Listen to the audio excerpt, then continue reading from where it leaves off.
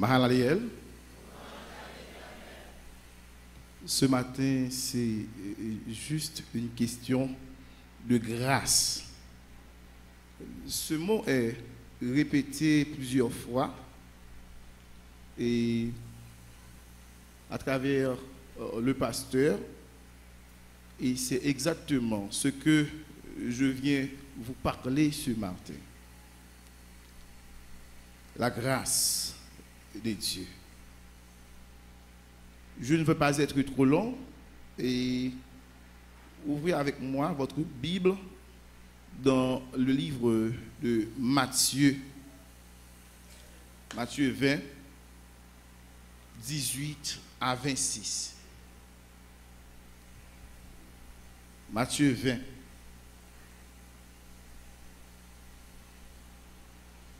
On lit ensemble, s'il vous plaît. Donc, Matthieu 9, excuse-moi, verset 18 à 26. Matthieu 9.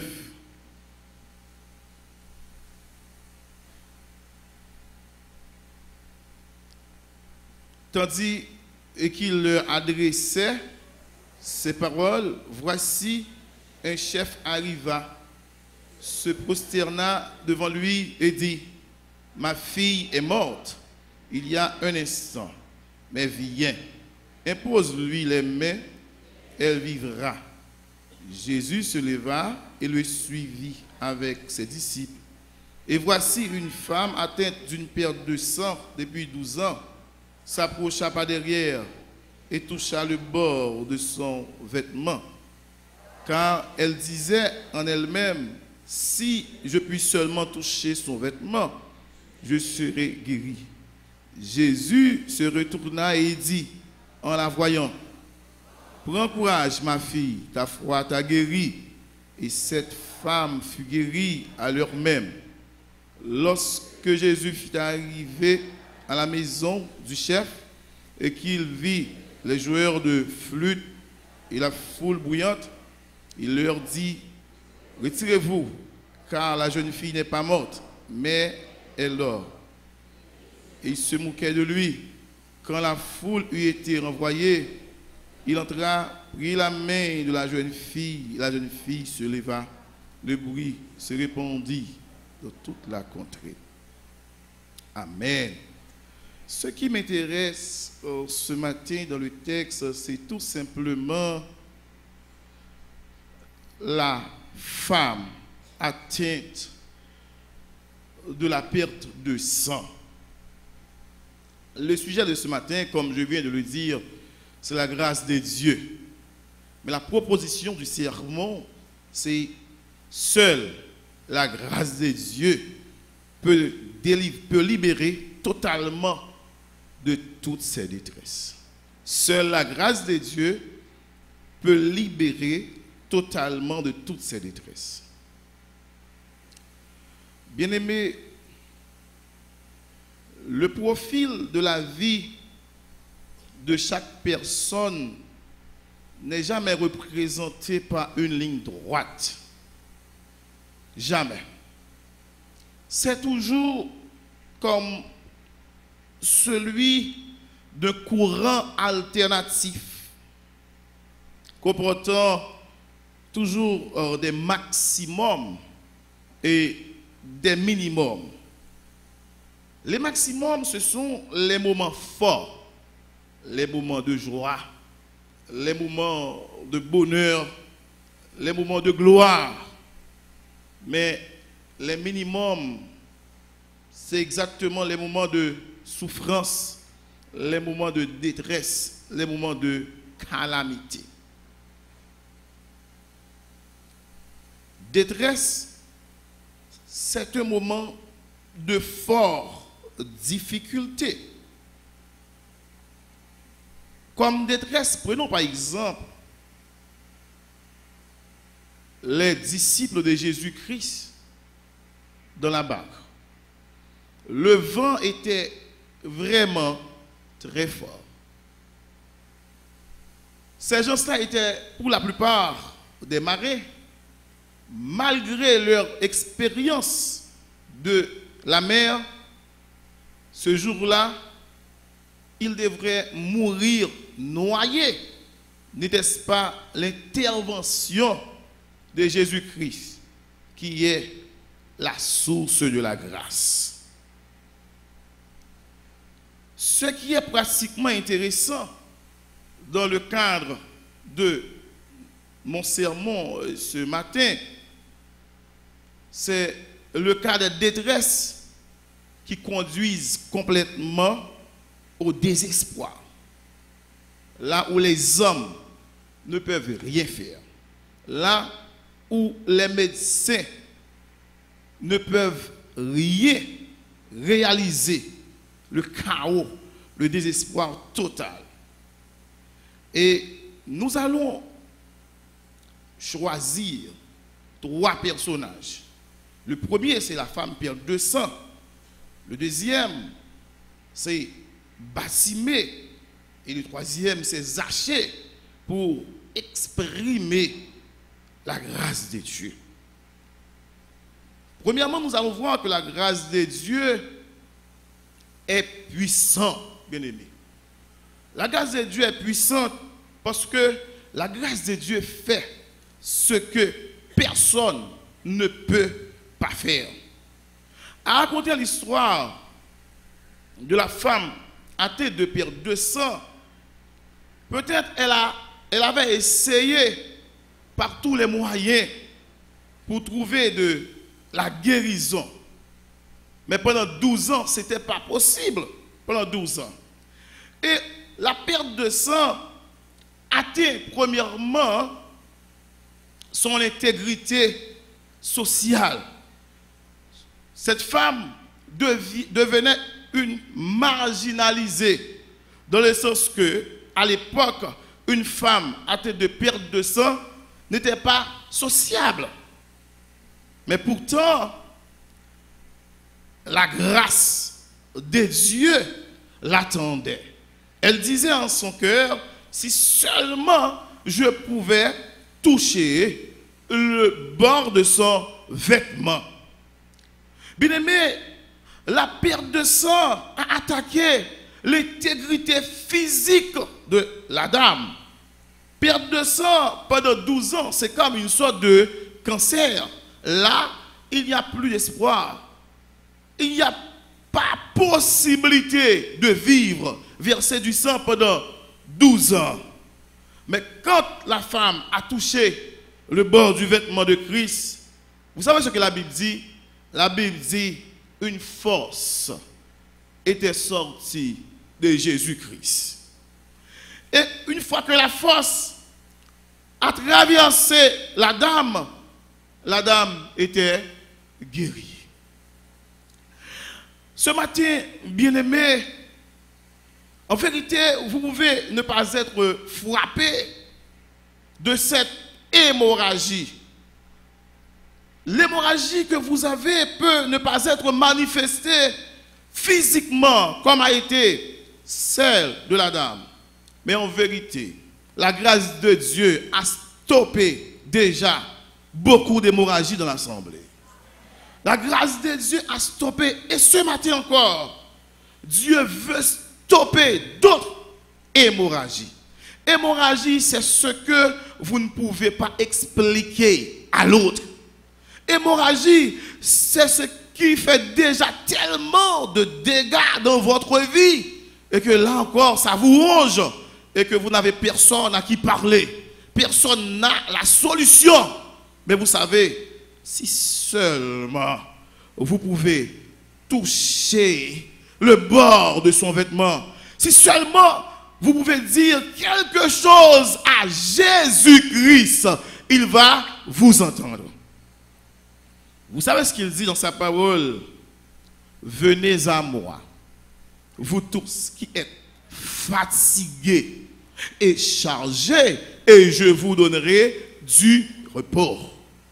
La dame avait trouvé du repos. Vous savez, c'était stoppé. Et son hémorragie, parce que Christ, la puissance de Christ l'a traversée. Pourquoi ne voulez pas ouvrir la porte de votre vie et laisser à Christ entrer? Il frappe. il veut stopper l'hémorragie par grâce. Parce que vous ne méritez pas ça. La grâce, c'est tout ce que vous ne méritez pas et que vous recevez gratuitement. Or, Christ est là, il veut vous donner grâce. Il veut stopper l'hémorragie gratuitement, sans rien payer ce matin. Bien-aimé, lorsqu'on lit Matthieu 20, on voit que Christ est tout puissant. Effectivement, cette grâce a libéré totalement la femme de sa détresse. Bien aimé, non seulement la grâce de Dieu est puissante, mais aussi la grâce de Dieu entend même les cris les plus faibles. Est-ce que vous lisez avec moi Matthieu 10, Marc 10, Matthieu, Marc, Luc. Marc 10. On commence à partir du verset 46 jusqu'à 50. Marc 10, 46.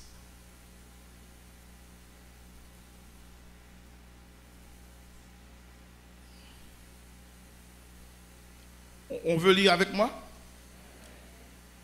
Ils arrivèrent à Jéricho.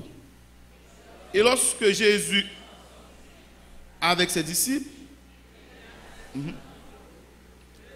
de Timée, Bartimée, mendiant aveugle, était aussi au bord du chemin. Il entendit que c'était Jésus de Nazareth et se mit à crier, Fils de David, Jésus, aie pitié de moi. Plusieurs le pour le faire taire, mais il criait beaucoup plus fort, Fils de David, aie pitié. Jésus s'arrêta et il dit, appelez-le. Ils appelèrent l'aveugle en lui disant, prends courage, lève-toi, il t'appelle. L'aveugle jeta son manteau et se levant de bon, vint. Jésus, prenant la parole, lui dit, que veux-tu que je te fasse? Rabboni, lui répondit l'aveugle, que je recouvre la vie. Et Jésus dit, va, ta foi t'a sauvé. Aussitôt, il recouvra la vue et suivit Jésus dans le chemin. La grâce de Dieu entend même les voix les plus faibles. Les voix les plus faibles, ce sont les voix qu'on n'entend pas. Vous parlez, mais personne ne veut pas vous entendre. Vous parlez, mais votre parole ne fait pas autorité par rapport à votre statut, par rapport à la personne que vous êtes. Bartimée, on dit de lui deux choses. Deux choses, c'est qu'il était mendiant et il était aveugle. Ce qui est intéressant, c'est que malgré Bartimée appelle Jésus à voix forte, mais on dit que des personnes le prenaient pour le faire taire. Cela veut dire que vous n'avez pas de droit à la parole. Vous n'avez pas de droit à la parole. Votre niveau ne répond pas à cette société là où vous vous trouvez. Si Jésus est là pour ceux qui voient, pour ceux qui ont des moyens, mais pas pour vous, Bartimée, qui est mendiant, en plus aveugle. Et votre demande est audacieuse. Vous savez pourquoi audacieuse? Parce que dès naissance, vous êtes aveugle et vous voulez voir. Qu'est-ce que ça veut dire, Bartimée? Mais pourtant, la façon que les hommes voient les choses, Dieu voit autrement. Les hommes voient ceux qui frappent les yeux, mais la grâce de Dieu voit ceux qui frappent le cœur. Il n'y a pas de situation sans solution. Il n'y a pas de problème sans solution devant la grâce de Dieu. Ça fait longtemps que vous criez. Ça fait longtemps que vous pleurez. C'est comme si Dieu n'entend. Non. Dieu entend même les voix les plus faibles. Il suffit de persister. Bartimée n'a pas dit seulement Jésus ait pitié de moi. Il a dit Jésus, voyez la puissance, Jésus, fils de David, aie pitié de moi. Mais ce matin, je ne sais pas, qu'est-ce que vous dites à votre Seigneur? Quel est le but de votre prière? Mais même si les hommes veulent vous barrer la route, mais Dieu entend et il va agir. Et il va agir par grâce. Il ne va pas regarder qui vous soyez. Il ne va pas regarder est-ce que vous avez de l'argent ou non. Mais il va regarder le cœur qui demande. Car il dit dans sa parole, quiconque demande, reçoit. Il a de la provision pour celui qui est aveugle. Il a de la provision pour celui qui est paralysé. Il y a de la provision pour celui qui a un retard mental. Il y a de la provision pour celui qui ne voit rien. Dieu voit. Si seulement vous parlez, si seulement votre cri ne sera jamais trop faible pour le Seigneur. Bien-aimé, vous savez ce que j'aime avec la grâce de Dieu, c'est que la grâce de Dieu est extraordinaire. Extraordinaire veut dire quoi? Extraordinaire veut dire sortir de l'ordinaire. Ce qui est ordinaire pour certains, vous savez, alors pour Dieu, la grâce de Dieu, lui, il est extraordinaire. Il fait ce qui dépasse l'entendement humain. Il fait ce que le rationalisme n'aurait jamais expérimenté. Parce que la grâce de Dieu est quelque chose de magique. En Luc 19, tournez avec moi, s'il vous plaît, votre Bible.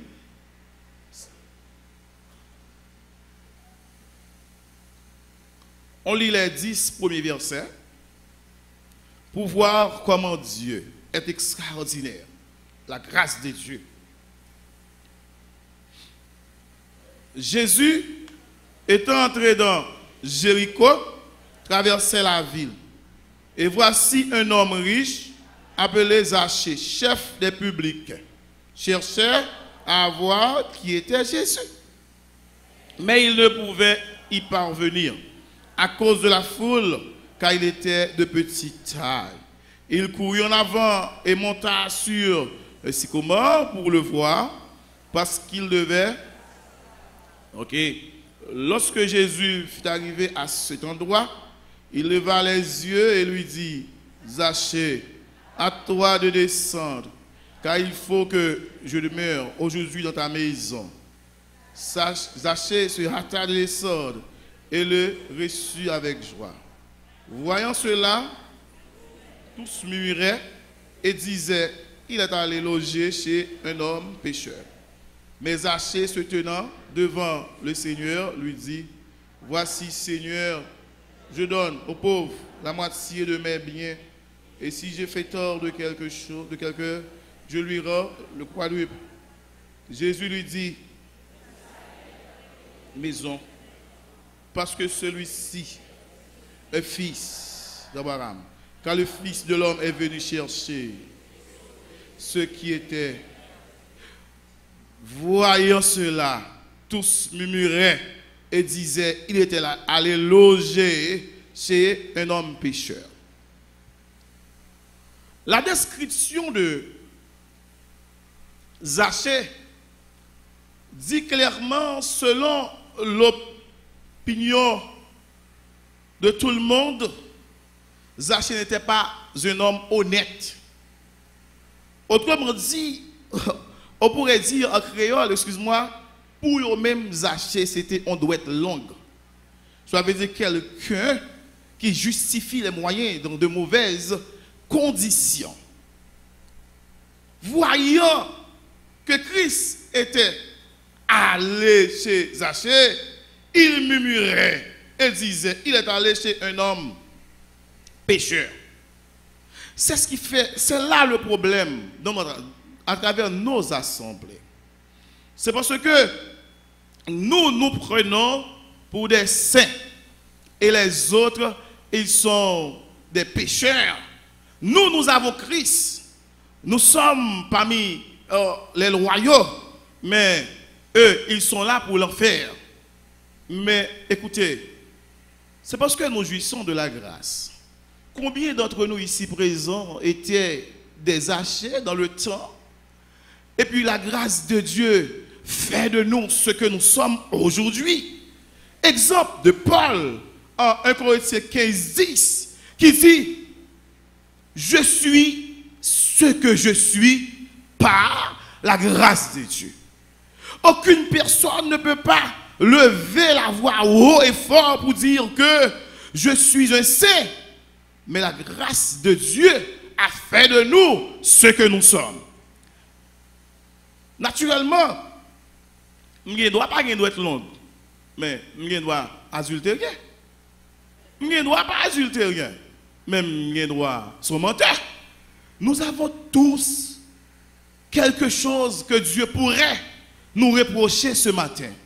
Vous savez ce qu'il fait d'extraordinaire? C'est que Zachée, en sa situation de pécheur, vous voyez, a reçu la grâce. Et ce qui étonne les autres, c'est que la Bible, Jésus-Christ a dit de sa bouche: celui-ci est un fils d'Abraham. Ça veut dire que la grâce de Dieu, malgré sa situation, joue en sa faveur. Ce matin, si jamais on prenait Anel et on dit: il vient, viens mon pote, malgré ta situation, malgré ton niveau de criminalité, la grâce de Dieu est pour toi ce matin. Mais s'il vient là, qui de vous aimerait le voir sauvé sans subir aucune peine? Mais non, c'est Anel Joseph, il mérite la mort, il mérite d'être lapidé. Écoutez, seulement par grâce, nous ne sommes pas dans sa situation. Seulement par grâce. Parce que le Satan, ce qu'il fait, il rôde autour de nous. Il cherche qui il doit dévorer. Parce que, écoutez, Pierre, Satan vous a réclamé, vous vous criblez comme du froment. Mais par grâce, j'ai prié pour vous. Vous êtes là grâce à la prière de cet esprit. Vous êtes là seulement par grâce. Vous êtes des personnes transformées extraordinairement seulement par grâce. Vous n'avez rien fait pour ça. C'est par la grâce que vous êtes sauvés par le moyen de la foi. Mais la Bible dit, cela ne vient pas de vous. C'est un don gratuit de Dieu.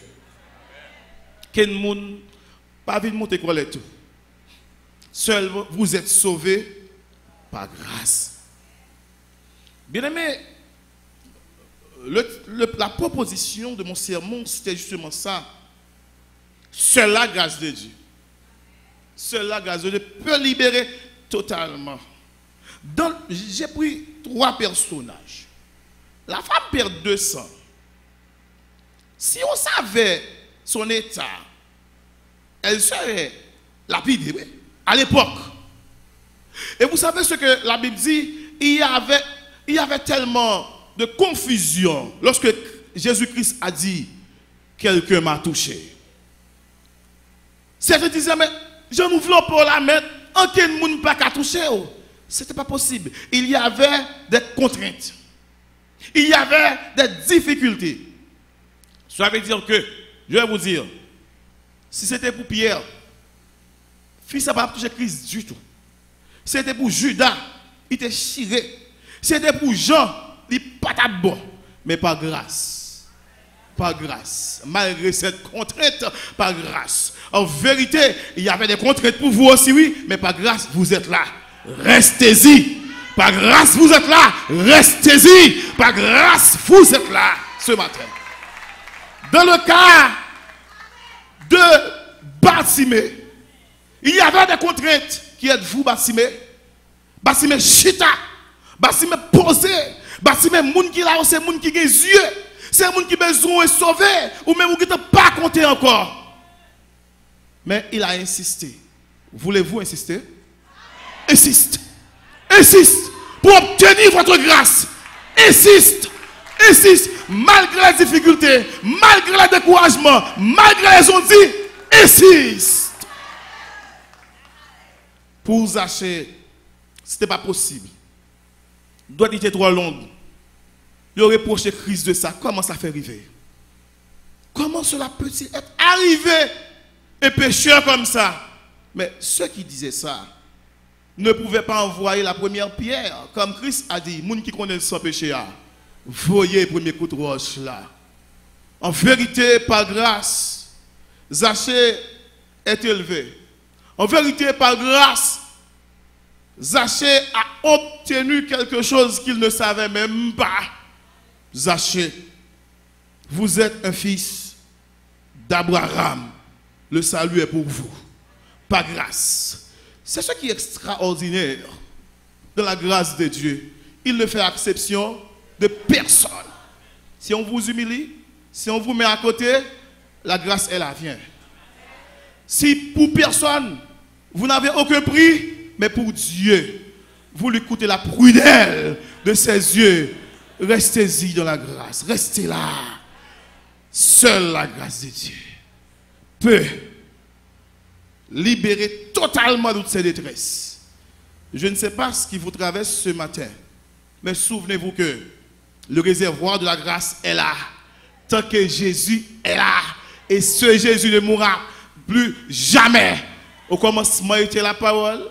La parole était avec Dieu. Et la parole était Dieu. La parole s'est faite chair et habité parmi nous. Elle est remontée pleine de grâce. Toute bagaille a passé. C'est la grâce. Pas jamais passé. On était là.